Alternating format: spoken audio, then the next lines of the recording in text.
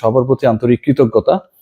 Bangladesh cricket বোর্ডের অর্থ Bangladesh cricket বোর্ডের বোর্ড সভায় অনুমতি ছাড়া, পোস্ট ফ্যাক্টর অনুমোদন না, ক্রিকেট বোর্ড সভায়, ক্রিকেট বোর্ডের যে পার্টিকুলার সভাগুলো হয় সেই পার্টিকুলার সভায় ফান্ড ট্রান্সফারের অনুমোদন না নিয়ে, পূর্বে অনুমোদন না নিয়ে যে ঘটনা ঘটেছে, এবং এটার পরিমাণটা প্রায় 238 কোটি টাকা, 250 কোটি টাকা উত্তোলন করা হয়েছে, 12 কোটি টাকা বিসিবির বিভিন্ন কর্মকাণ্ডে ব্যয় করা হয়েছে, 238 কোটি টাকা 13টা ব্যাংকে স্থানান্তর করা হয়েছে, এবং যার 118 কোটি টাকা পার্টিকুলার 2 ব্যাংকে রাখা হয়েছে, মধুমতি এবং মেঘনা।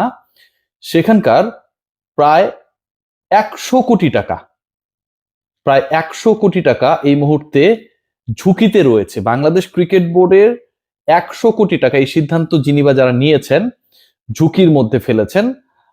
সিগনেটরিকে দায়ী করার চেষ্টা করা হয়েছিল, এবং মাহবুব আনাম সেই জায়গায় অফিসিয়ালি প্রেস কনফারেন্সে যারা সাংবাদিক ছিলেন বাংলাদেশ ক্রিকেট বোর্ডে, সেখানটায় স্পষ্ট করেছেন যে সিগনেটরি তিনি এবং ফাহিম সিনহা হলেও সিদ্ধান্ত গ্রহণ করে আসার পর তারা সিগনেচার করেছেন।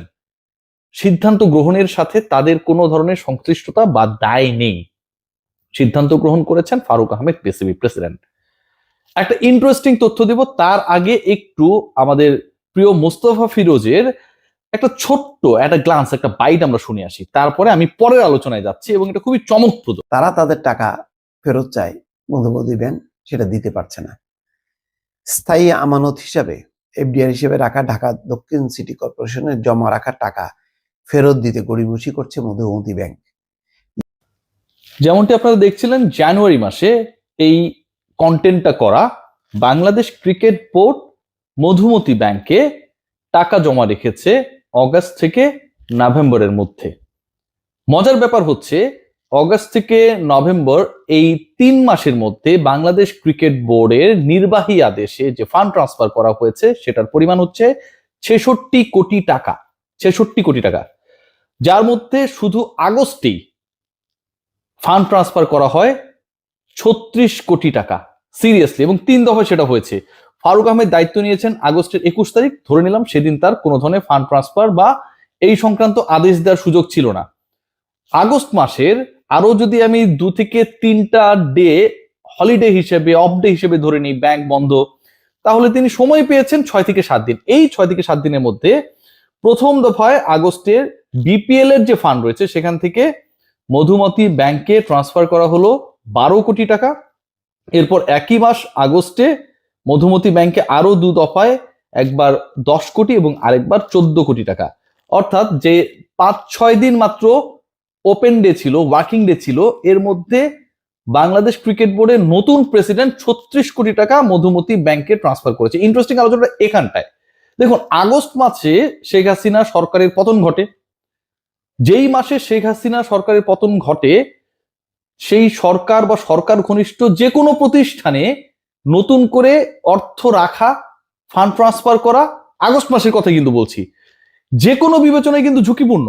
কারণ এই ব্যাংকের মালিকানা সরাসরি শেখ ফজলুল তাপসের সাথে জড়িত, শেখ হাসিনা সরকারের অতি ঘনিষ্ঠ পারিবারিক আত্মীয়। যেই মাসে শেখ হাসিনা বাংলাদেশ ছেড়ে পালিয়ে গেলেন, ঠিক সেই মাসেই, আগস্ট মাসেই ফারুক আহমেদ একার ডিসিশনে 36 কোটি টাকা 3 দফায় 12 কোটি, 10 কোটি, 14 কোটি টাকা মধুমতি ব্যাংকে ট্রান্সফার করলেন।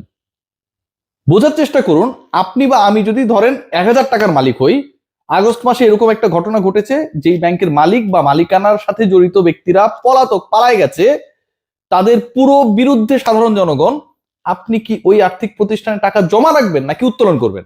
নিশ্চয়ই দ্বিতীয়টা করবেন, উত্তোলন করবেন। বাংলাদেশ ক্রিকেট বোর্ড 66 কোটি টাকার 36 কোটি টাকায় ওই আগস্ট মাসে মধুমতি ব্যাংকে রেখে দিল।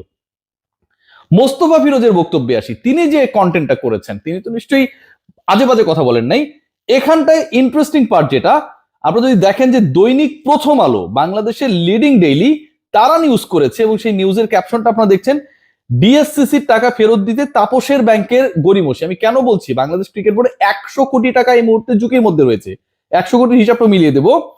এই পার্টিকুলার রিপোর্টে বলা হয়েছে যে স্থায়ী আমানত, যেটা এফডিআর আমরা যেটাকে বলি, বাংলাদেশ ক্রিকেট বোর্ড যেটা করেছে, হিসেবে ঢাকা দক্ষিণ সিটি কর্পোরেশনে জমা রাখা টাকা ফেরত দিতে গড়িমসি করছে Madhumati bank, তাপসের bank.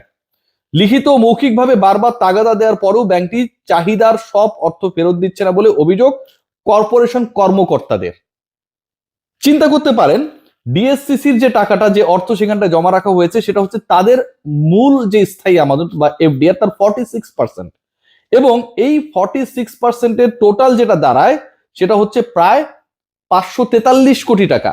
Dhaka south city কর্পোরেশনের 543 কোটি টাকা জানুয়ারি মাসের যে প্রতিবেদনের কথা বলছি, সেখানটায় মধুমতি ব্যাংকে রাখার পর সেই টাকা উত্তোলন করতে গিয়ে according to the report of প্রথম আলো, আমার কথা না, according to the report of Mostafa Firoz, এই টাকাটা তুলতে তারা পারছে না, তাদের প্রয়োজনীয় কাজে তুলতে পারছে না, এবং কর্মকর্তারা এটা নিয়ে লিখিত এবং মৌখিকভাবে ব্যাংক কর্তৃপক্ষকে জানিয়েছে, তারপর এটা সমাধান হচ্ছিল না।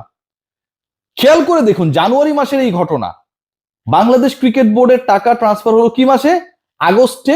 মধুমতি ব্যাংকের মালিক পক্ষ যে মাসে পালিয়ে গেল, সেই মাসে আমি নিরাপদ ধরে মধুমতি ব্যাংকেই 66 কোটি টাকার 36 কোটি টাকা রেখে দিলাম, আর নভেম্বরে রাখলাম আরো 30 কোটি।